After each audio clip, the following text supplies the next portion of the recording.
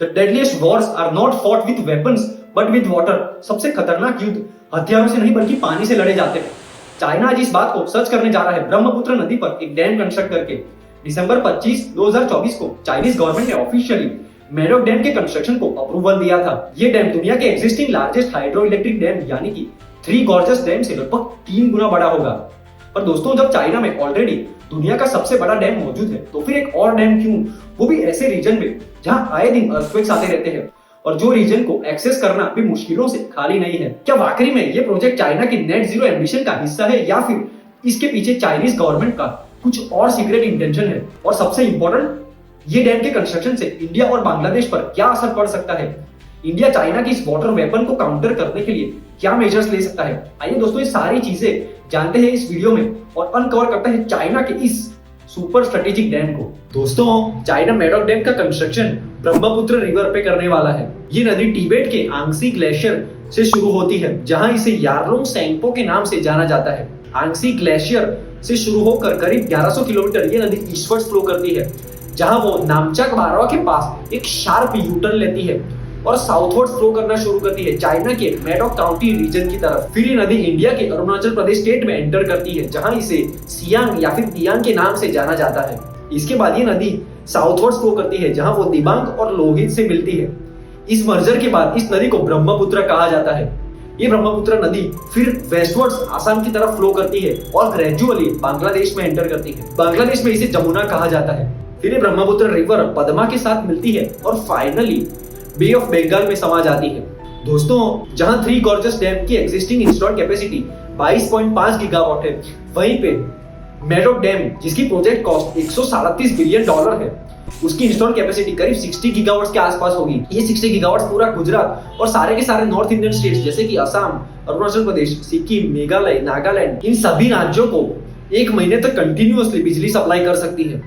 पर दोस्तों, जब चाइना के पास वर्ल्ड का largest hydro power plant three gorgeous dam already मौजूद है, तो फिर ये $137 बिलियन फिर से एक हाइड्रो पावर प्लांट में क्यों, जबकि चाइनीज गवर्नमेंट के पास ये इन्वेस्टमेंट करने के लिए और बहुत सारे ऑप्शंस अवेलेबल हैं। दोस्तों, चाइना पूरी दुनिया का लार्जेस्ट कार्बन डाइऑक्साइड एमिटर है। 2023 में चाइना ने अपनी 80% एनर्जी नीड्स फॉसिल फ्यूल्स जैसे कि कोल, ऑयल और नेचुरल गैस से फुलफिल करी थी, जिसमें कोल का 53% कंट्रीब्यूशन रहा था। 1 किलोवाट एनर्जी जनरेट करने के लिए कोल करीब 900 ग्राम CO2 एमिट करता है। मेडोक डैम की ऑपरेशनल कैपेसिटी यानी कि एक्चुअल इंस्टॉल्ड कैपेसिटी से लॉसेस वगैरह डिडक्ट करने के बाद जो कैपेसिटी से एक्चुअल पावर जनरेट की जाती है वो करीब 300 बिलियन किलोवाट आवर की होगी।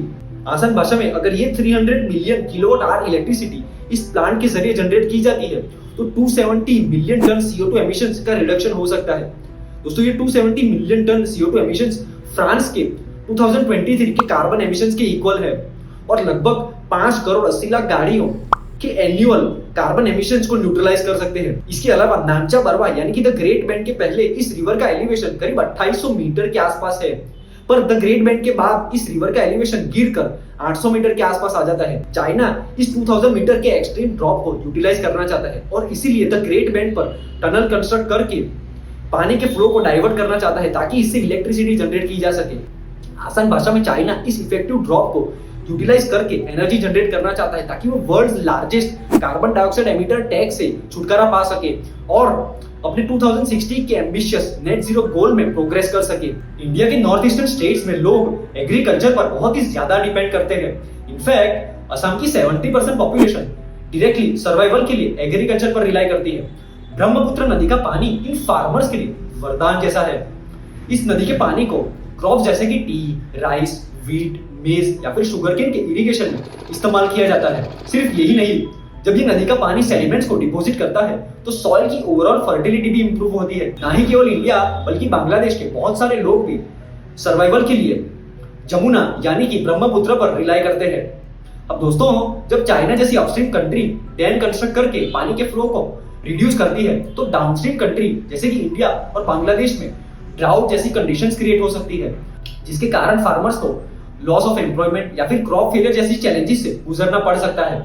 और इससे वर्स्ट, अगर चाइना एक्सेस पानी को रिलीज करती है तो डाउनस्ट्रीम कंट्रीज में फ्लडिंग जैसी सिचुएशंस आ सकती है, जिसके कारण पूरा इंफ्रास्ट्रक्चर, लोकल कम्युनिटी और एग्रीकल्चर को बहुत भारी नुकसान हो सकता है।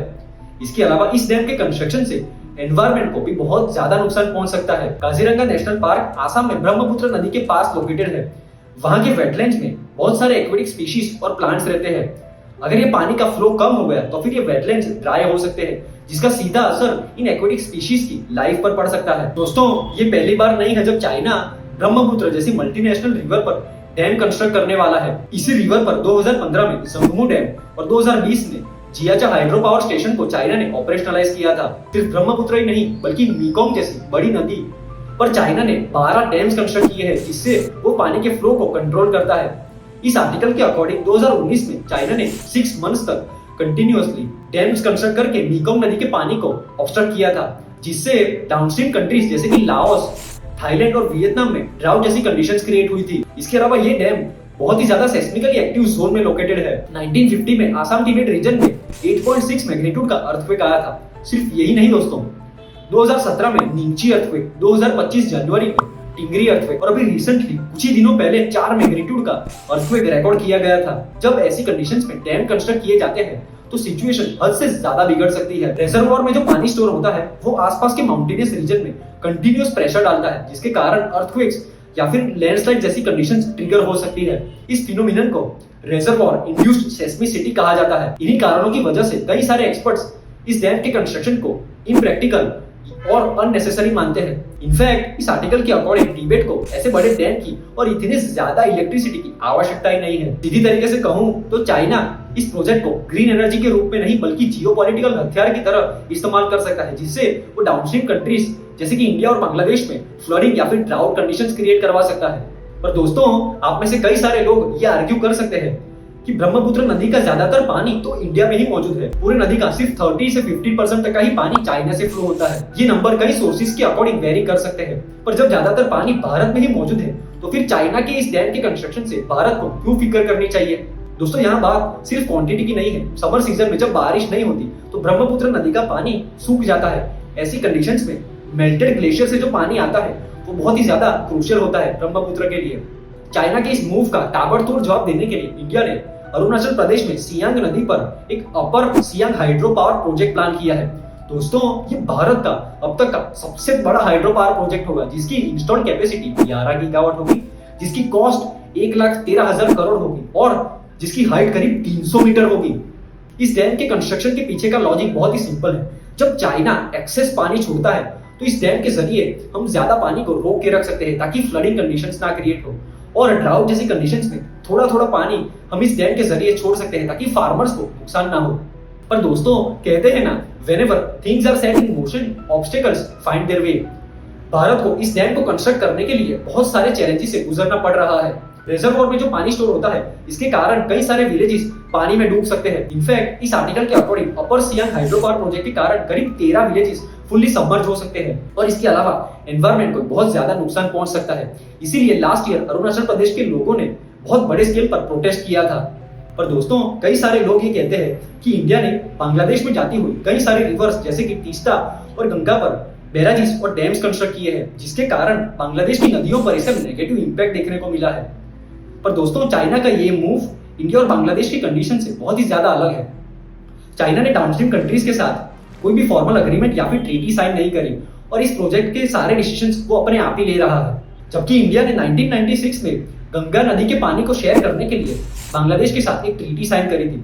सिर्फ यही नहीं दोस्तों, 2011 में तीस्ता रिवर के प्रॉब्लम को रिजॉल्व करने के लिए इंडियन गवर्नमेंट बांग्लादेश के साथ डील साइन करने के लिए रेडी थी, पर कई पॉलिटिशियंस के ऑपोजिशन के कारण ये डील साइन नहीं हो पाई थी। और सबसे इंपॉर्टेंट, इंडिया ने आज तक कभी भी बांग्लादेश के लिए इंटेंशनली ड्राउट या फिर फ्लडिंग जैसी कंडीशंस क्रिएट नहीं करी, जो चाइना आज तक करता आ रहा है। तो दोस्तों, सारांश में बस यही कहूंगा कि चाइना को डाउनस्ट्रीम कंट्रीज के साथ एक फॉर्मल अग्रीमेंट या फिर ट्रीटी जरूर साइन करनी चाहिए, जिसके कारण इस नदी का डेटा सबको एक्सेसिबल हो सके। और इंडिया को हाथ पे हाथ धरे बैठना नहीं चाहिए, बल्कि एक डैम अवश्य बांधना चाहिए, जिसके कारण इंडिया की सिक्योरिटी और वाटर मैनेजमेंट इंप्रूव हो सके।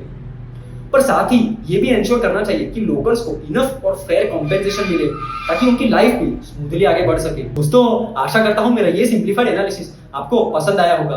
कमेंट सेक्शन में बताइए हमें किस टॉपिक पर नेक्स्ट वीडियो बनाना चाहिए। लाइक और शेयर कीजिए इस वीडियो को अपने फ्रेंड्स और फैमिली मेंबर्स के साथ और सब्सक्राइब कीजिए इस चैनल को ताकि आप कोई भी वीडियो मिस ना कर सके।